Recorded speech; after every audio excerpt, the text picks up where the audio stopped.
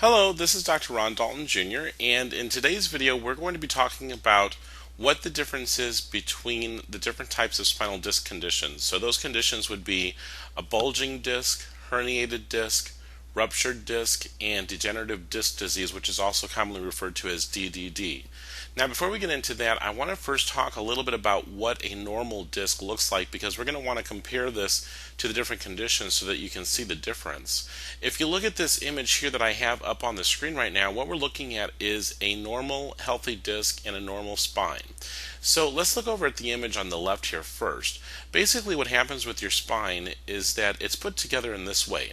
You've got the bones or the vertebrae that are stacked on top of each other, and between each set of bones is a disc.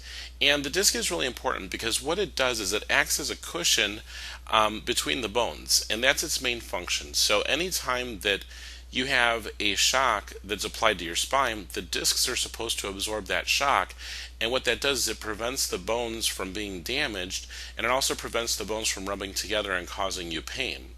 Now, if you look over here at the image on the right, this circular thing here, this is the disc itself, and this is what a normal disc looks like. And what you can see is that on the outside, you've got this strong outer covering, which we call the annulus fibrosus, and then in the center, there's a jelly-like center, and it's called the nucleus pulposus. Now, I want to talk just a second about the nucleus because this is going to be important when we talk about degenerative disc disease.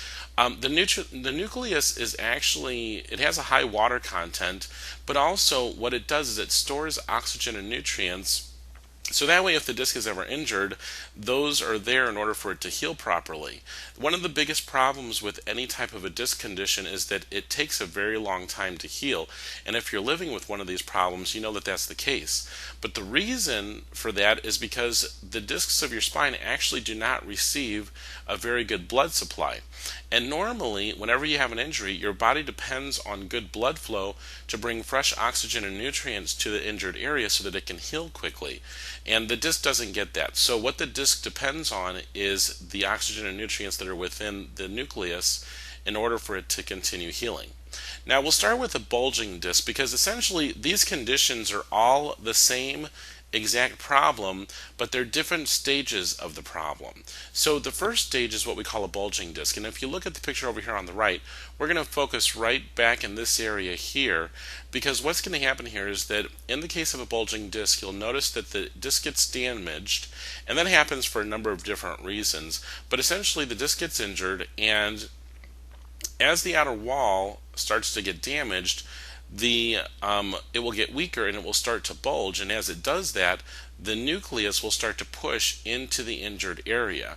So if we continue to see what happens here, you'll notice that the disc continues to bulge and the nerves of your spine are exiting right behind where the disc is.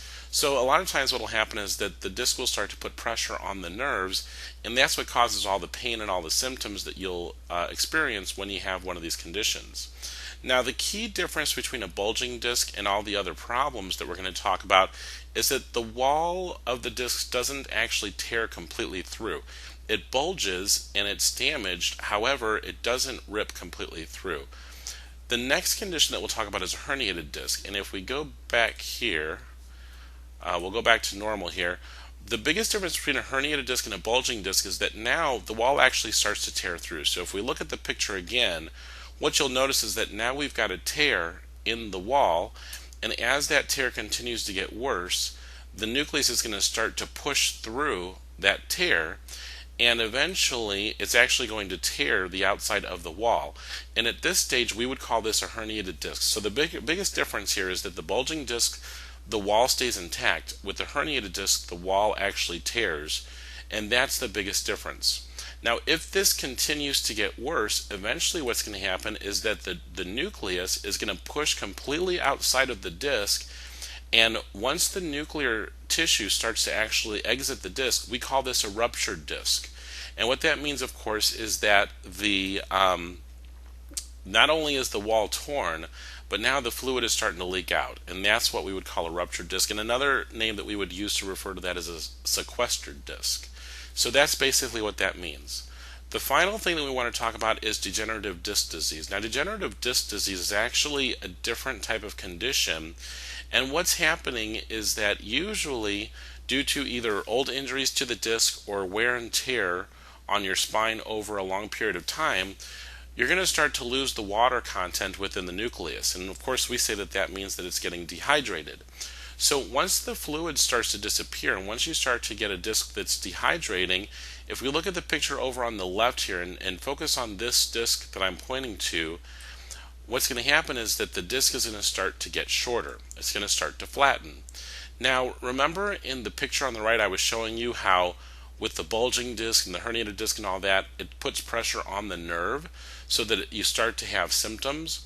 Well, a degenerated disc is going to do the same thing, except if you look at the picture on the left again, this opening here between the bones, that's where the nerve is exiting.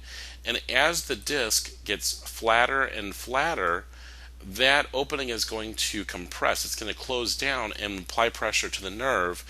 It's just applying pressure in a different direction. But essentially what's going to happen is that with all of these conditions, the symptoms are going to be very, very similar, because the bottom line is they're putting pressure on that nerve, and whatever that nerve controls is what's going to be affected, and that's how your symptoms are going to develop with these conditions.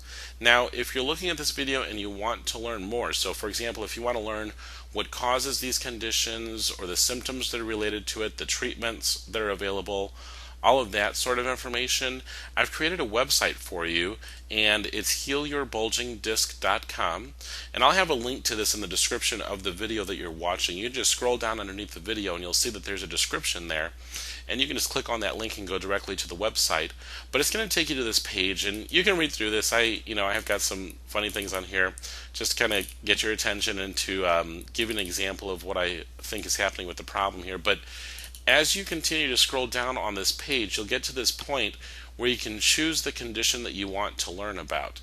And all you need to do is click on one of those links. It'll take you to a different page where I'll explain more about what the condition is.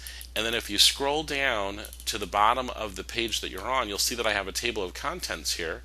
And this will give you all of the information. So if you wanted to learn about the symptoms, you would just come down here and click on one of these, and it'll give you a complete list of symptoms that could develop. I cover the causes, the treatments. We talk about all of the different medications that might be prescribed for the condition, natural alternatives that you may want to consider, exercises, surgery.